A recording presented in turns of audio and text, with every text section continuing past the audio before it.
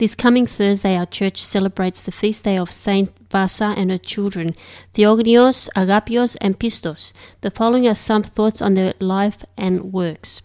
Bassa had 3 children whose names were Theogonios, Agapios, and Pistos. The children were not fully grown when Valerian, an unyielding pagan, discovered that not only his wife, but his children as well were secretly worshipping Jesus Christ. This led to the conventional family arguments with wholly unconventional results. Since Valerian, as lord and master of the house, expected that his wishes be obeyed in all things, particularly the form of worship, Bassa assured her husband that the family was now not denying his authority.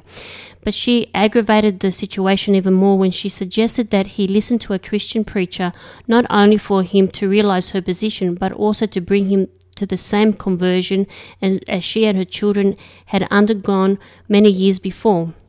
Valerian looked upon his entire family as turncoats whose stubborn faith in the carpenter from Nazareth was an affront to him, the Roman state, and the idols which he venerated.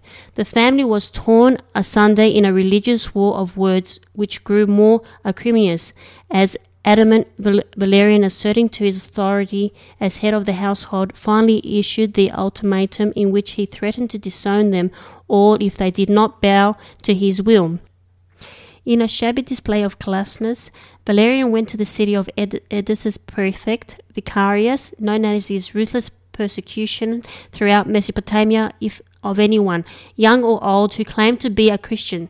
Saint Barbara was betrayed by her father, but Valerian not only brought the pagan condemnation on 3 children, but on his wife as well, in what has to be an act of wretchedness and unsurpassed for debasement even for a pagan.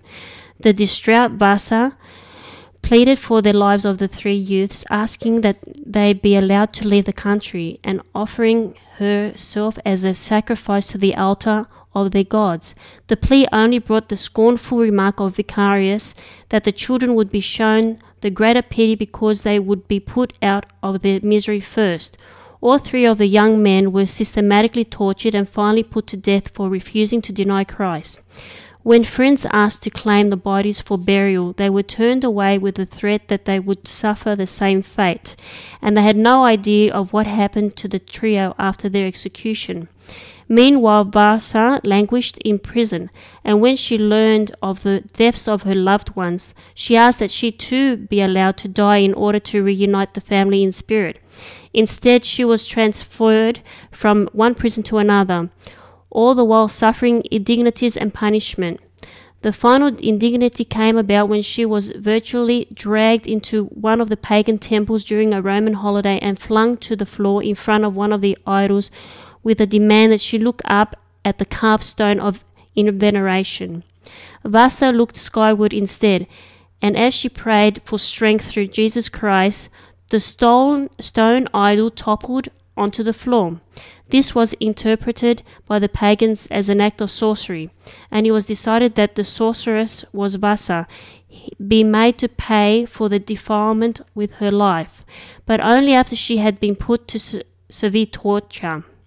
For a sustained period she went without food while being subjected to indescribable tortures, all of which she survived without noticeable injury. Bassa was taken out into the Helen's Point and tossed into the depths and chained in weights to make sure she drowned. But as the boat returned to shore, Bassa was seen to be borne on a throne supported by her departed sons, who made for the island of Alonos. Miraculously, Bassa had survived, and with her sons gone, she trod the soil of the island alone until she was once again seized by authorities. This time, they made her demise finally by having her beheaded in the public square. Bassa and her sons are honoured by the church as saints on August the 21st.